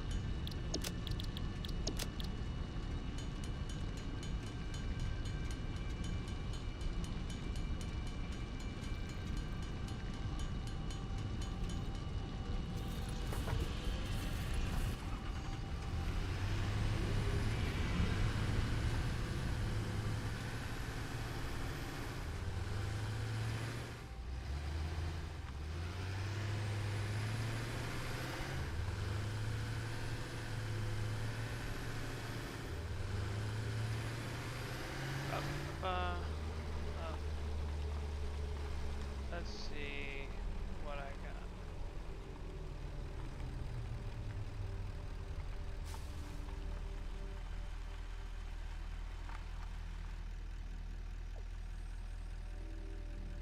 So I've been watching some classic mystery shows due to looking for something comfortable to watch. You know, like Murder, She Wrote, Poirot, Sherlock Holmes in the 22nd century. But out of all of the mystery shows I've watched, there's been one show that's caught me red-handed. Columbo. Columbo is a detective show from the 70s that feels less like a cop show and more like a drifter solving murders and leading to the next crime town. But something about this Ronin detective show really struck me. Every episode of Columbo just reminded me of the first case in Phoenix Wright Ace Attorney. I began to wonder if the show had more in common with my favorite game than just a schlubby guy. I love you, Dick. Columbo was created by Richard Livingston and William Link in 1971.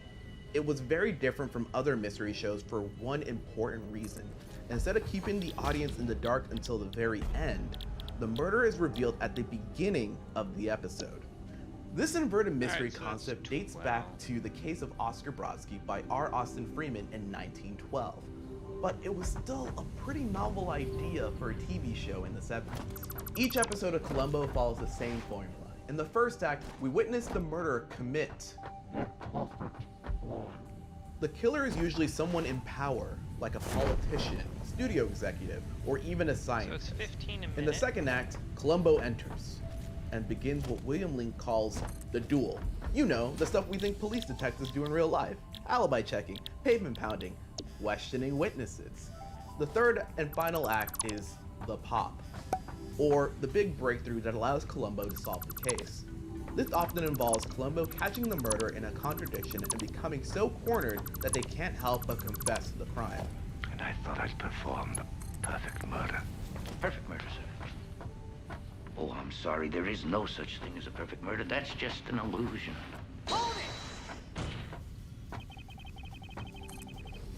The first turnabout is the first case in the Phoenix Wright series, and it uses the same inverted mystery style of storytelling.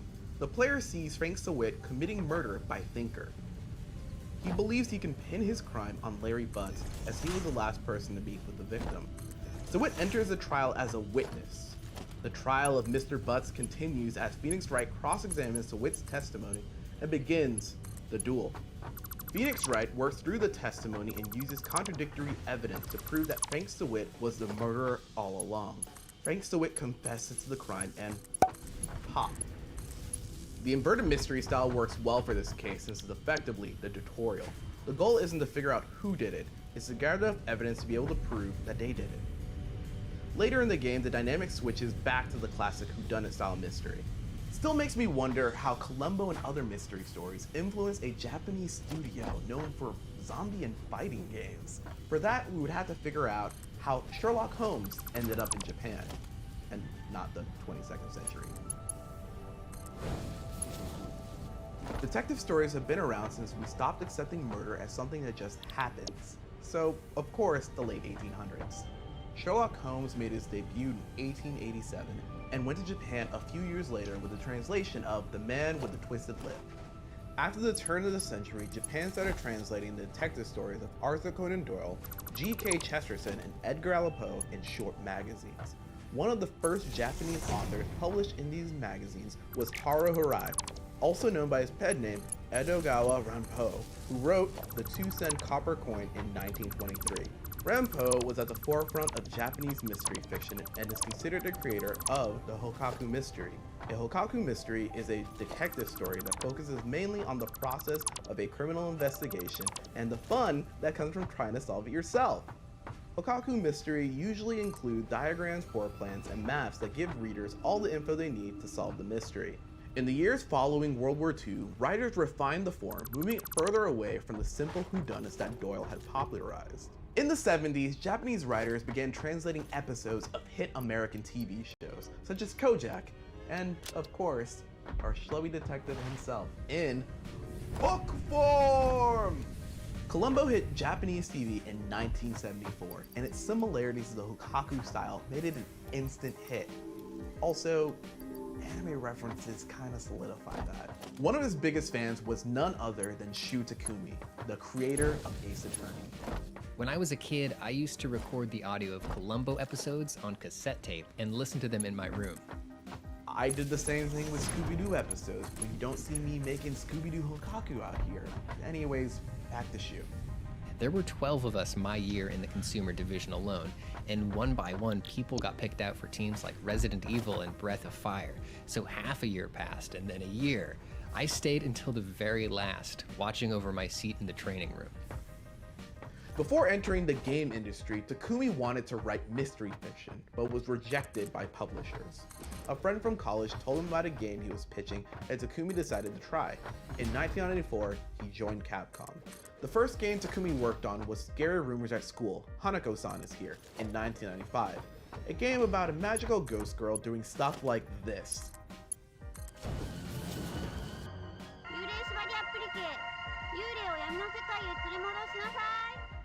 After the game was released, Takumi moved over to Shinji Mikami's production studio 4, and after wrapping up a director's stint on Dino Crisis 2, Capcom decided to give Takumi free reign to do whatever he wanted with a small team and a small budget. So he got to work on, what else? A mystery game. Takumi is a Hokkaku purist at heart who looked down upon most mystery games as passive experiences. One of the exceptions to that was Myst, which didn't have the appearance of a mystery story, but successfully captured the essence of one. How can I change the passive reading experience of detective games into one where it truly feels like you solved the mystery yourself based on your own reasoning? From there, I arrived at the idea of pointing out contradictions and utterances of other people, and that was how I first arrived at the idea of an attorney. Phoenix Wright was released in 2001 on the GBA in Japan, and while it performed okay there, sales in the US were pretty dismal. Despite that, Capcom greenlit more sequels and the series eventually gained momentum through word of mouth. Each game adds new elements to enhance the investigation and trial gameplay. But the central theme remains consistent through all 6 games in the series. It's what Takumi references as a puzzle plot mystery, where the focus is on logically and methodically solving a mystery. In his musings on mystery fiction, he brings up the idea that there are 2 roles: the great detective who figures out the truth, and the reader who is surprised by the truth. When a person watches an episode of Columbo, we're watching excellent detective work, but we don't get the satisfaction of being the reader. We're not surprised because we know the truth from the beginning by the nature of the show. Columbo is both the reader and the great detective. By contrast, in Phoenix Wright, the player takes on the role of the great detective and the reader. We're solving the case, and in doing so, we're surprised by the outcome. In Phoenix Wright, you're the Columbo of the courtroom, and the only thing you can't ask is one more thing.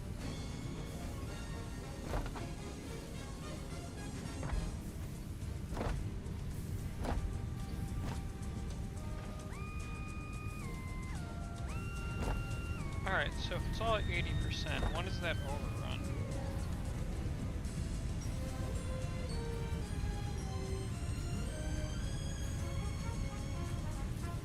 So if they're all running at 12, if I have 5 running at 12, that's 60.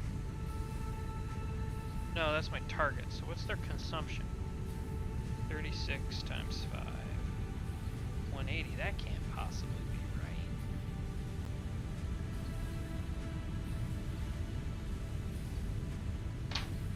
Oh, let's see, if I boost this one to 2.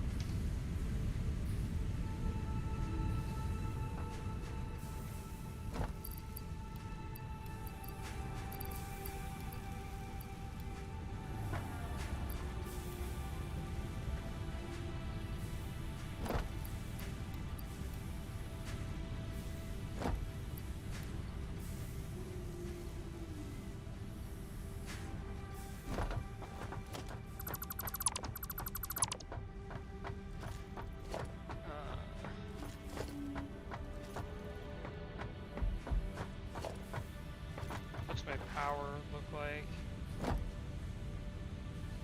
Oh, I need to bring more generators online.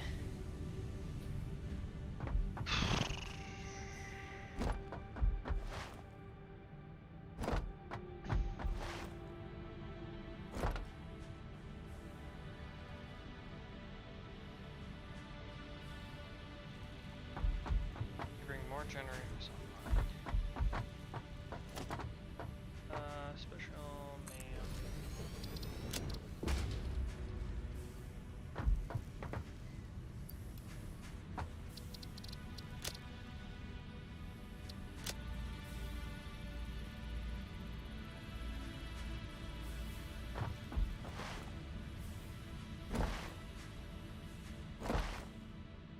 That'll take about 5 minutes. I need to go.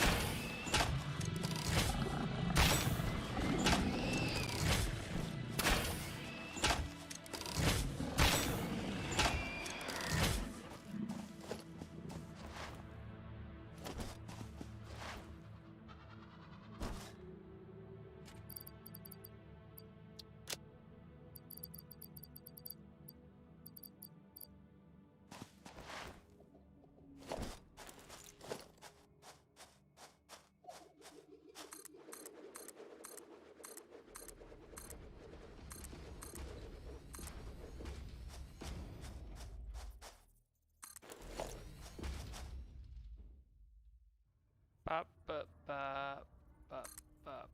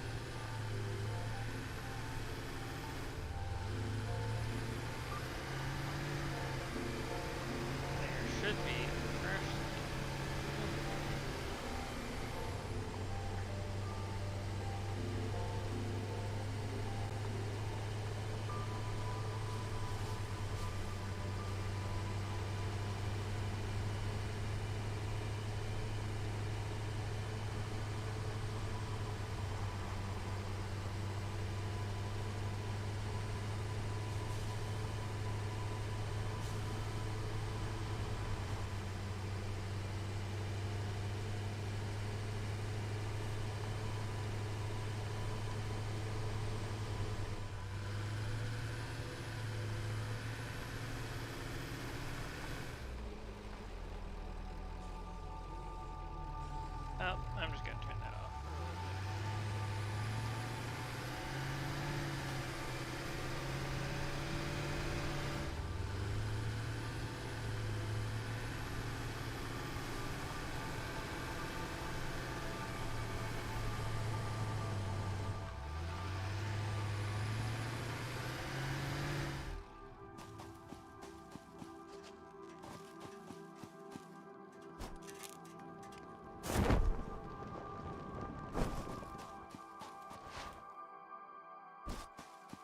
Parachutes are pretty nice.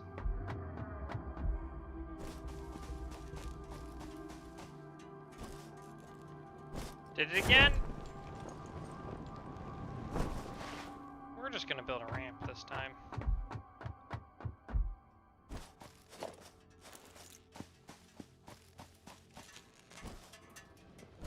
Aha, I didn't build a ramp. You only required one quick fire. That's dumb.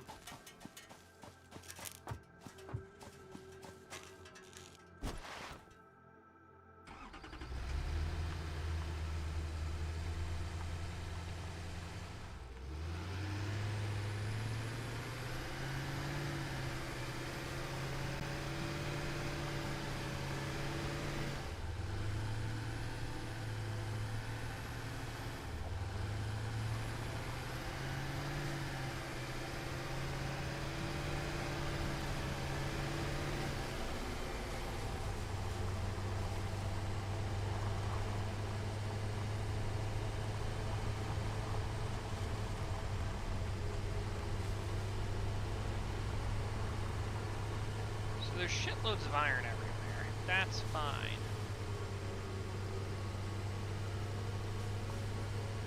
Yeah, no, right now my problem is power delivery. It's just power. Come on.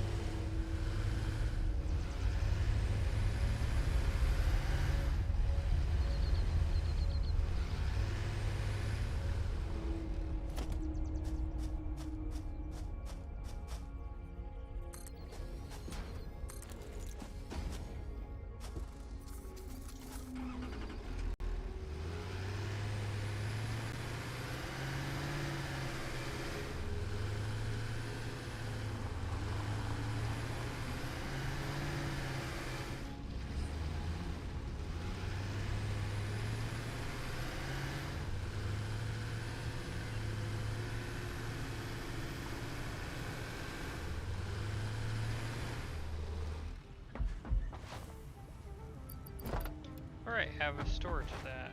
Those. Let's,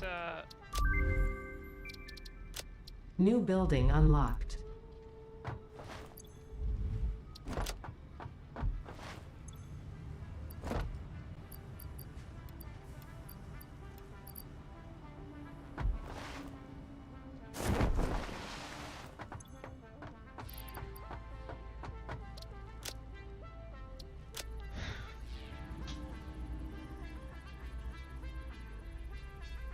and then once we do that, I can then go. I'll go and switch. But I need computers for that.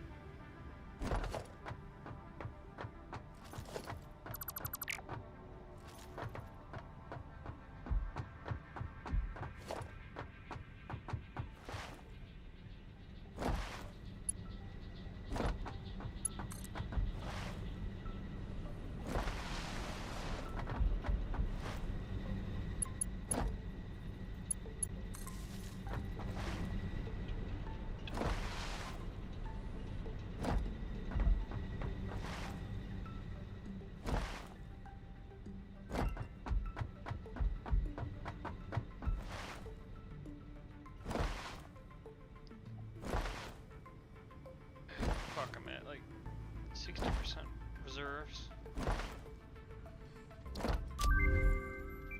Rocket dimension inflated.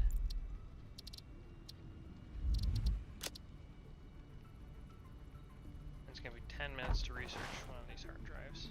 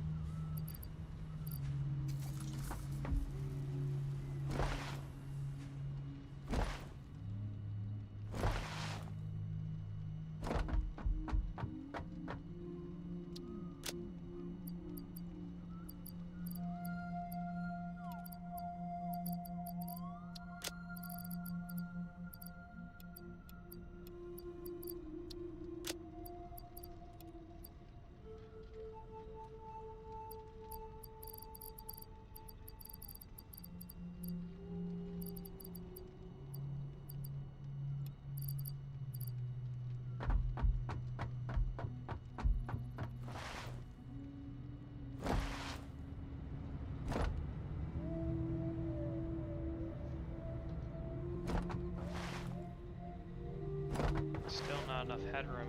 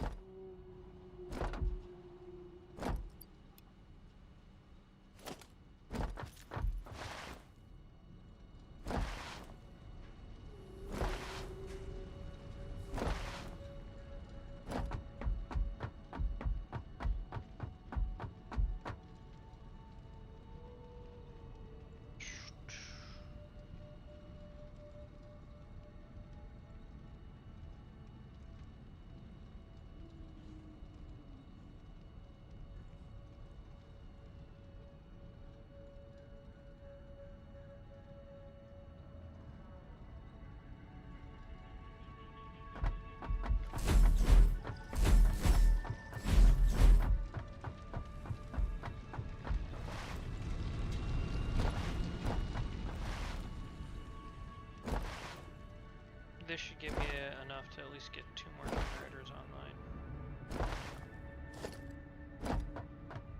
I think.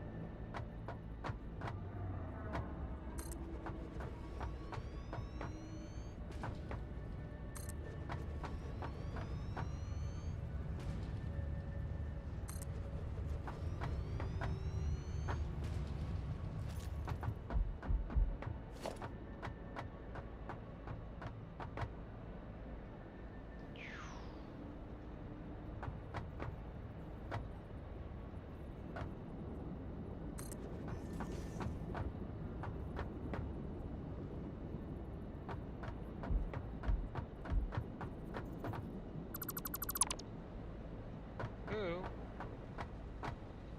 knocked up?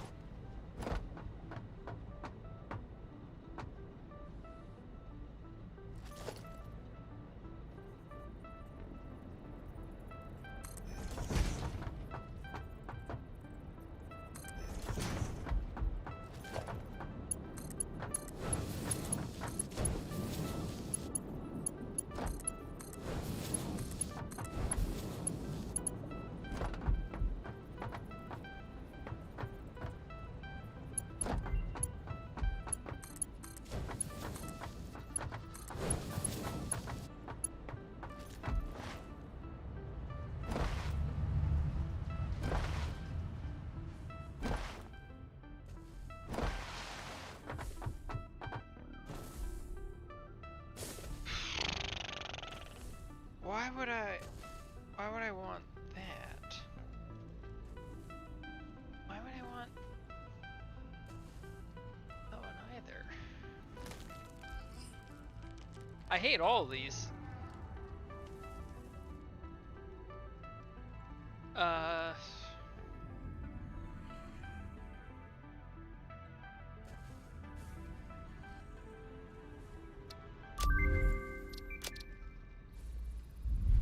I hate all those alternative recipes.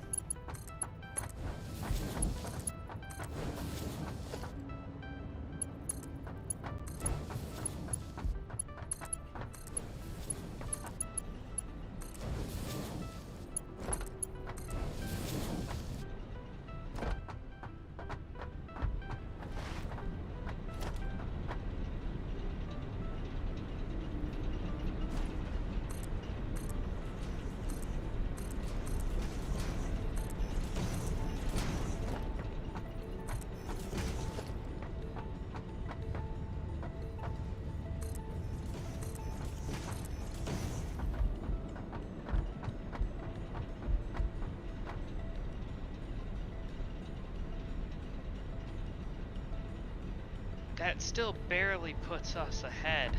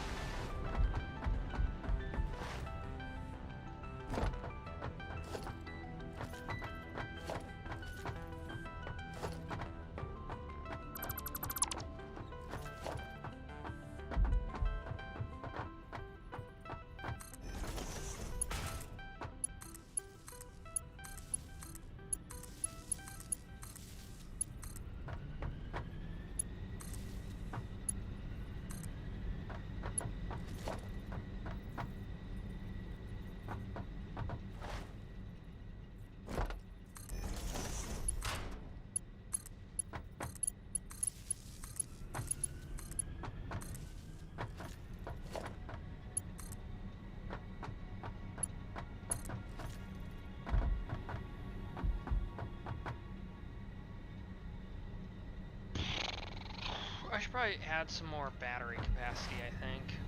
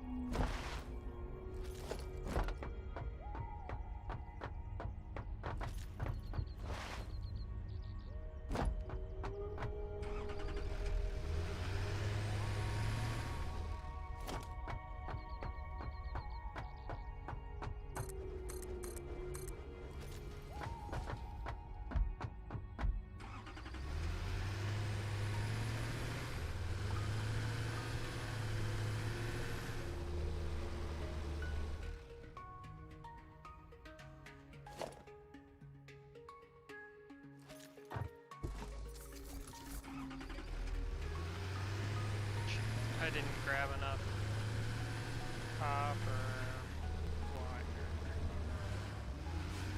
Son of a bitch.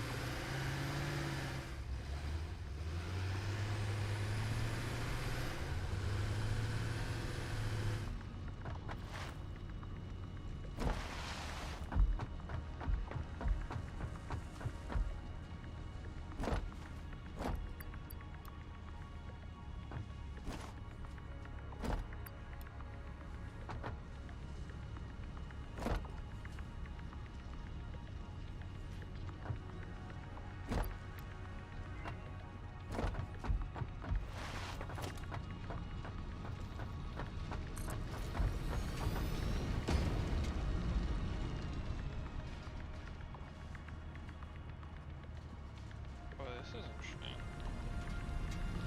Oh, I could use quick wire instead of copper? That's interesting, but I